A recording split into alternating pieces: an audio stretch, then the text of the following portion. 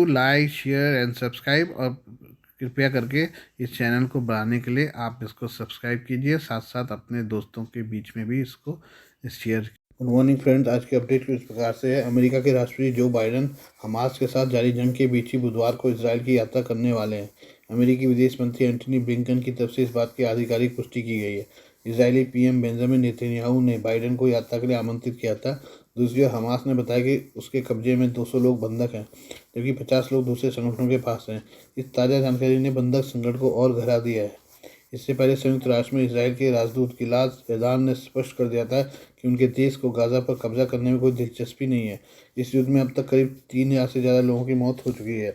अमेरिकी राष्ट्रपति जो बाइडन बुधवार को इसराइल का दौरा करेंगे। अमेरिकी विदेश मंत्री एंटनी ब्लिंकन, जो अभी तेल अवीव में ही है, ने इस बात की आधिकारिक पुष्टि की है।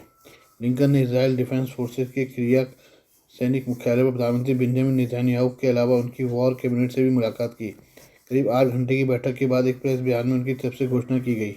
ब्लिंकन ने कहा कि राष्ट्रपति इसराइल इस क्षेत्र और दुनिया के लिए एक महत्वपूर्ण क्षण के तहत यहाँ आ रहे हैं। बाइडन ने सोमवार को अपनी कोलोराडो की यात्रा स्थगित कर दी थी।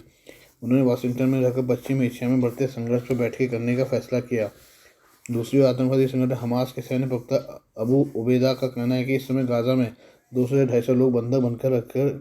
उबैदा ने बताया कि सुरक्षा व्यवहारिक कठिनाइयों के चलते कोई तय संख्या नहीं बताई जा सकती, लेकिन 200 लोग हमास के हाथों में हैं। टेलीविजन पर प्रसारित एक बयान में उबैदा ने कहा कि करीब 50 लोगों को दूसरे गुटों ने बंधक बना रखा है। ये लोग किसी और जगह पर रखे गए हैं। उबैदा की माने तो ये विदेशी बंधक हमास के मेहमान हैं। उबैदा ने उनकी रक्षा करने की बात कही और कहा कि जब भी ज़मीनी स्थिति अनुमति देती है उन्हें रिहा करने की कसम खाते हैं। उबैदा ने साफ कर दिया है कि गाजा में इजरायली सेना की कब्जे की धमकी से वो डरने वाले नहीं हैं। गाजा पट्टी में इसराइल हमास के बीच संघर्ष में मरने वालों की संख्या 4,000 के करीब पहुंच गई है। सोमवार को लगातार 10वें दिन भी हिंसा जारी है। आधिकारिक इजरायली सूत्रों के अनुसार 7 अक्टूबर को पहली बार संघर्ष शुरू होने के बाद से 1300 से अधिक लोग मारे गए हैं।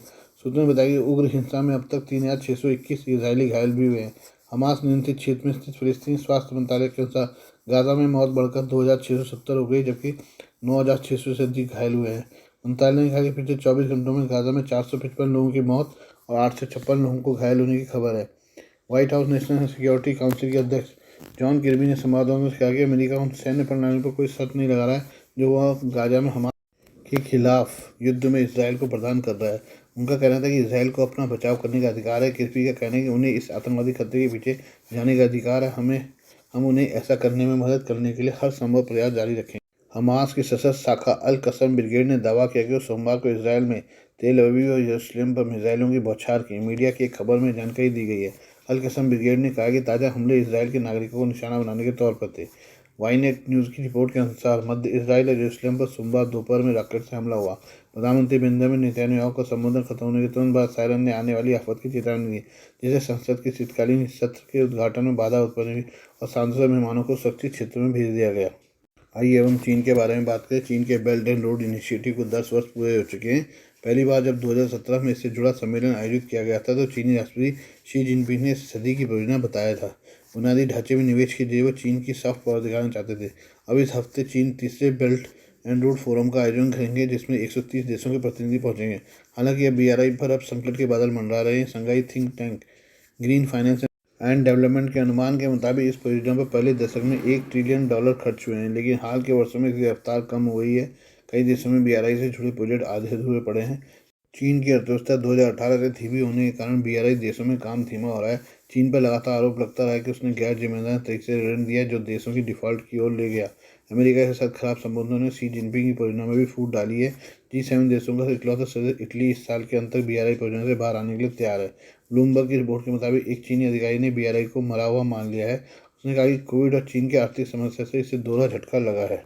रिपोर्ट में कहा गया कि इस अधिकारी ने उम्मीद जताई कि 10वीं वर्षगांठ के मौके पर होने वाले शिखर सम्मेलन इस परियोजना को फिर मजबूत करेगा। एक अमेरिकी अधिकारी के नाम न छापने की शर्त पर कहा है कि अमेरिका का आकलन है कि BRI गहरे संकट में है। अधिकारी ने कहा कि चीन के पास अब उधार देने के लिए कम पूंजी है। उधार दिए गए बकाये पैसे को वसूलने का दबाव बढ़ रहा है। इस सप्ताह जब दुनिया भर के नेता इस सम्मेलन में पहुंचेंगे तो जिनपिंग के पास जवाब देने का अच्छा मौका होगा। सम्मेलन में रूसी राष्ट्रपति पुतिन, हंगरी के PM विक्टर ओरबन, इंडोनेशिया के राष्ट्रपति जोको विडोडो, अर्जेंटीना के राष्ट्रपति एल्बर्टो फर्नांडिस और थाई PM शेषा श्रीनिवासन भी भाग लेंगे। कोविड महामारी ने चीन की BRI प्रोजेक्ट पर ब्रेक लगा दिया, क्योंकि वैश्विक मंदी के कारण देनदारों की ऋण चुकाने की क्षमता खतरे में है। महामारी के दौरान 2020 के अंत में ज़ाम्बिया डिफ़ॉल्ट करने वाला पहला अफ्रीकी देश था जिसने अपना सबसे ज़्यादा कर्ज चीन से लिया था। इसके अलावा BRI के ही सदस्य इथियोपिया, श्रीलंका और पाकिस्तान भी कर्ज के जाल में फंस गए हैं। जियोपॉलिटिकल तनाव और घरेलू अर्थव्यवस्था में गिरावट जारी है जिसने BRI के संकट को बढ़ाया ही है। विल्सन सेंटर में साउथ एशिया इंस्टीट्यूट के निदेशक माइकल कुगलमैन ने कहा है कि यूक्रेन जैसे युद्ध से मिलने वाली भारी झटका कर्ज और मुद्रास्फीति की बोझ को बढ़ाता है जिससे BRI के सदस्य देशों के सामने मुश्किलें हैं। आइए हम इजराइल के राष्ट्रपति नेतन्याहू और रूस के राष्ट्रपति व्लादिमीर पुतिन के बीच जो टेलीफोन वार्ता है उसके बारे में कुछ बात करें। इसराइल और हमास के बीच युद्ध चल रहा है लेकिन इस दौरान रूसी राष्ट्रपति पुतिन ने इसराइल के PM बेंजामिन नेतन्याहू से फ़ोन पर बात की है। पुतिन ने कहा कि रूस इसराइल और फिलिस्तीनियों के बीच टकराव को खत्म करने में मदद करने को तैयार है। इसके अलावा राजनीतिक और राजनीतिक माध्यमों से शांतिपूर्ण समाधान निकालने की दिशा में काम करने के वो इच्छुक हैं।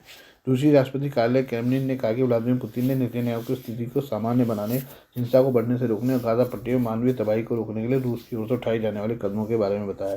क्रेमलिन ने कहा कि इससे पहले सोमवार को पुतिन ने ईरान, मिस्र, सीरिया और फिलिस्तीन नेताओं से युद्ध को लेकर चर्चा की थी। इस्राइल ने कहा कि नागरिकों के खिलाफ किसी भी तरह की हिंसा स्वीकार नहीं है। रूस का ईरान और प्रमुख अरब शक्तियों के साथ संबंध है। इसके अलावा उसका इसराइल से भी संबंध है। पुतिन ने बार बार कहा कि इस तनाव के पीछे अमेरिका है। हमास और इसराइल के बीच युद्ध शुरू होने के बाद पुतिन ने कहा था कि अमेरिका के लिए फेलियर का उदाहरण है। हमास के घातक हमले के बाद आतंकवादी संगठन के सरगना के खात्मे के लिए इसराइल की ओर से जमीनी आक्रमण किए जाने की आशंका के मद्देनजर गाजा पट्टी में 10 लाख से अधिक लोग अपने घरों को छोड़कर चले गए हैं।